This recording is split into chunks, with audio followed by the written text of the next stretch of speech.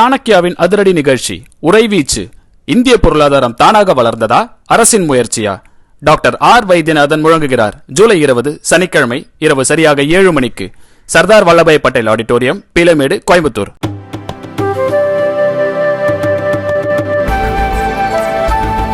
போதைக்கு அடிமையான கணவனை சப்பாத்தி கட்டையால் அடித்து மனைவி கொலை செய்த சம்பவம் பரபரப்பை ஏற்படுத்தியுள்ளது.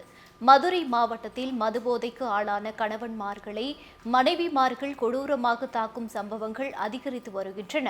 கடந்த புதன்கிழமை மதுரை மாவட்டம் அப்பன் திருப்பதி அருகே செந்தில்குமார் என்ற ஆட்டோ ஓட்டுநருக்கும் அவரது மனைவிக்கும் வாக்குவாதம் ஏற்பட்டது. அப்போது அடுப்பில் வைத்திருந்த சூடான கொதிக்கும் எண்ணெயை கணவன் செந்தில்குமார் மீது அவரின் மனைவி ஊற்றியுள்ளார். அதில் பலத்த காயம் அடைந்த செந்தில்குமார் உயிருக்கு ஆபத்தான நிலையில் சிகிச்சை பெற்று வருகிறார்.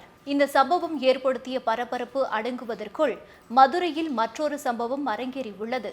மதுரை மாவட்டம் மேல அனுப்பானடி பகுதியைச் சேர்ந்த கார்த்திக் என்பவர் வேலைக்கு போகாமல் தினசரி மது குடித்துவிட்டு மனைவியுடன் சண்டையிட்டு வந்துள்ளார்.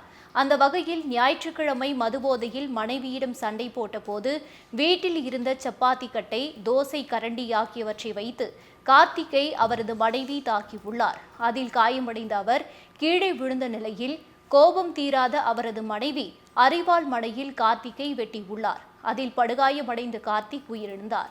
போலீசார் மேற்கொண்ட விசாரணையில் கார்த்திக் மதுபோதையில் ஆபாசமாக பேசியதோடு தன்னையும் குழந்தைகளையும் கடுமையாக தாக்கியதால் அவரை கொலை செய்ததாக அவரின் மனைவி வாக்குமூலம் கொடுத்துள்ளார். தந்தை உயிரிழந்து தாய் சிறை சென்று குழந்தைகள் அனாதையாக தவிக்கும் நிலைமை அந்த குடும்பத்தில் ஏற்பட்டுள்ளது.